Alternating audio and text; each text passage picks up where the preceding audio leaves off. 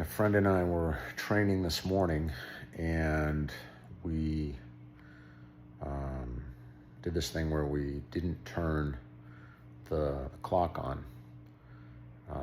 Typically, when we train and we spar, we use a 5-minute timer. 5 minutes, the buzzer goes off, and the round ends, and you stop. But once in a while, we don't use a timer, and then you just go till somebody submits, and then you go again. So this morning we did the ladder, and we had a long sparring session. I think it went like 15 minutes without stopping. And this guy's better than me, so he was on top most of the time, and I was playing defense. And then I reversed him, and I was on top, and then he reversed me back, and then finally submitted me. And towards the end, I was so tired that I wanted it to be over. But when I was underneath him and fighting, I was thinking to myself, like, what if this were a real fight? Like, what if I was out in the street and somebody attacked me and I was literally fighting for my life?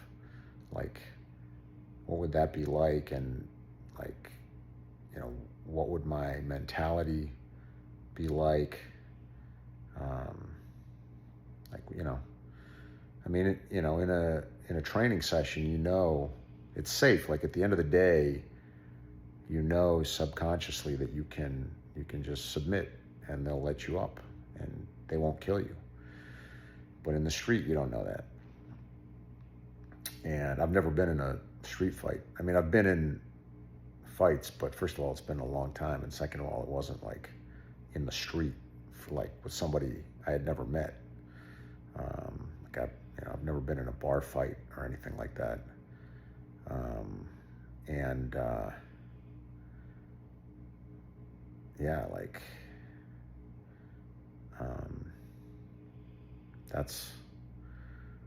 That's probably very scary. I mean, who knows? Like, we're trained at this point, so that kicks in also, and you don't know what the other person is capable of or trained to do. So it depends on, what situation they're in. But it just kind of occurred to me, like, I'm exhausted. It's been 15 minutes. Like, I don't want to fight anymore. I just want it to be over. And in here, that's okay. But out there, it's not okay. Like, if I was up against it like this and I was exhausted going against somebody, like, I would have to, reach down deep inside myself to find the will to fight, or the ability to fight harder, to find another attack, to, find some energy. Maybe something would come up in me also, like just that, the subconscious aspect of it. If you're actually fighting for your life, then I'm sure something, else happens, and you may tap into like a bottomless, or more bottomless source of energy. But yeah, like, or maybe if the person's really better than you and they're in better shape than you, like, maybe you like surrender to the fact that you're going to die. I mean, that's really, anyway. It sounds grim. I think it's probably healthy to think about it to some extent. Like, you don't want to wallow in it.